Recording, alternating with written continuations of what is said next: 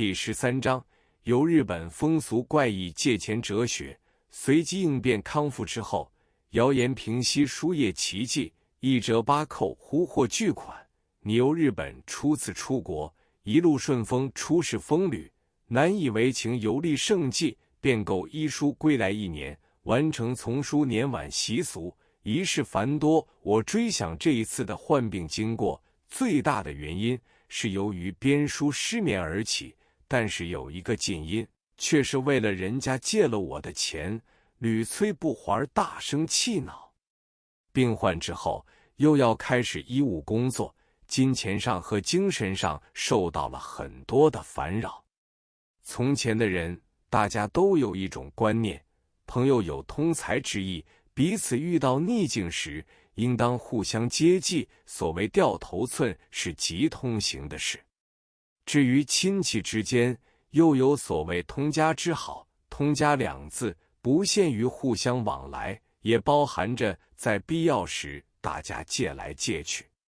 要是有钱的一方面不肯把钱借给对方，人家就会振振有词地指责你为不通人情，或是不够朋友。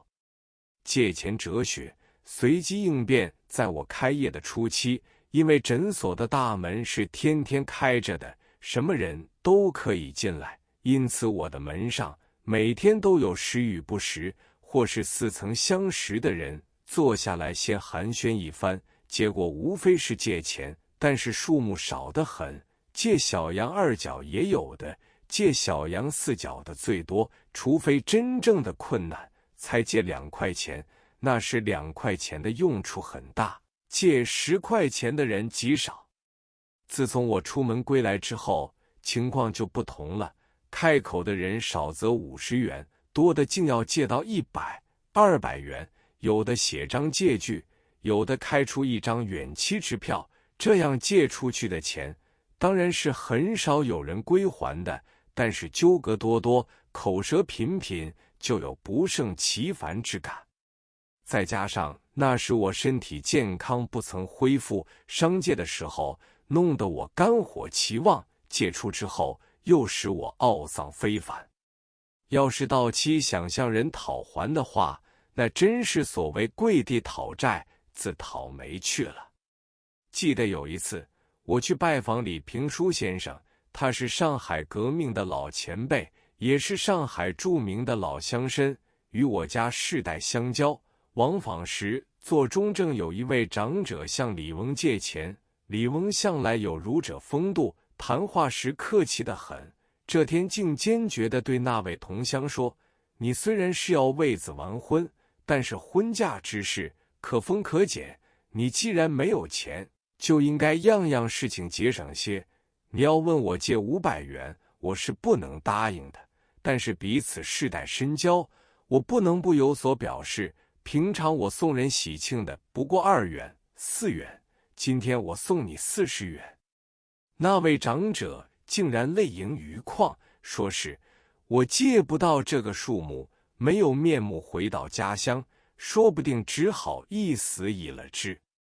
李翁听了这话，认为是恫吓，他毫不动容地说，我一生一世从不借钱给人家，所以你的想法完全是错误的。说罢就拂袖送客。那长者在迫不得已的情况之下，就说，那么我就接受你的厚礼吧。说罢称谢而去。李翁对我说，这种同乡多得很，他回乡为子完婚，实际上也用不了多少钱。我见了这情况，也对李翁说，我也常时遇到这种困扰，最大的问题就是亲戚朋友认为我这部《中国药学大辞典》卖了1万多块钱，所以成为日常的纠葛之源。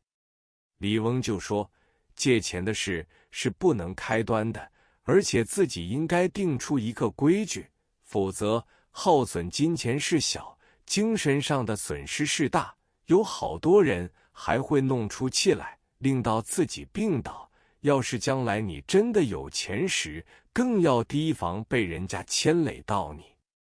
我听了他的这番话，觉得又是一个理财的教训，我就问他应该怎样对付才算是得体。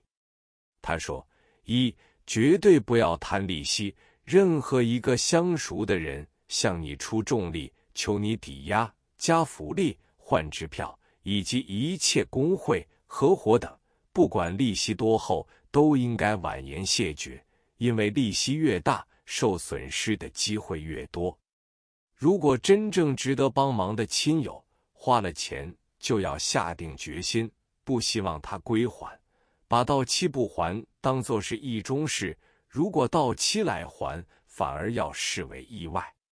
二，如何去应付人情？有许多亲戚或是尊长、师友，本来有恩于我，或是真正的有为人士，要是缺乏学费或缺乏经营资本，应该爽爽快快予以援手，但是这种钱拿出去时，该要说明这不是借贷，而是赠与。换句话说，不希望来还。要是抱定施恩不忘报，那么心中最是安乐，而永无烦恼。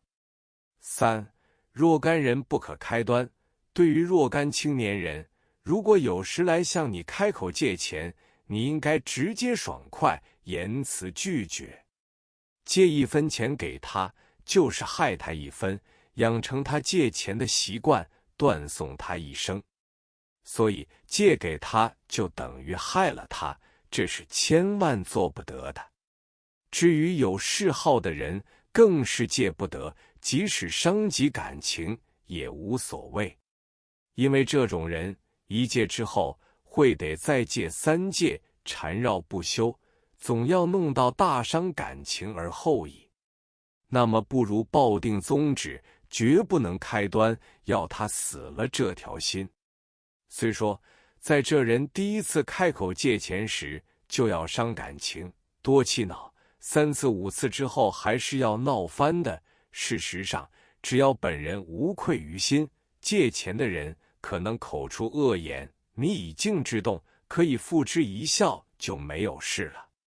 这些方法是我一位老朋友教我的，其中以借钱给人就是害人这句话最有拙见，因为若干人从此失去了自尊心，专以借钱为业，甚至一世以借钱为生。这是人生的哲学，无人对此，假使能随机应变，是很有意义的。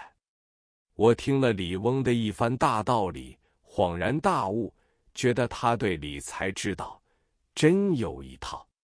我在南市老宅中养病的那一段时间，初时精神憔悴不堪，体重减轻到96磅，后来经过3个月的疗养，体重渐渐增加到120磅，同时面色也转好。我就觉得这一次的病，一则是疲劳过度，一则是情绪不宁所致。那时还没有心理卫生之说，我只体会到一个人日常精神修养的重要。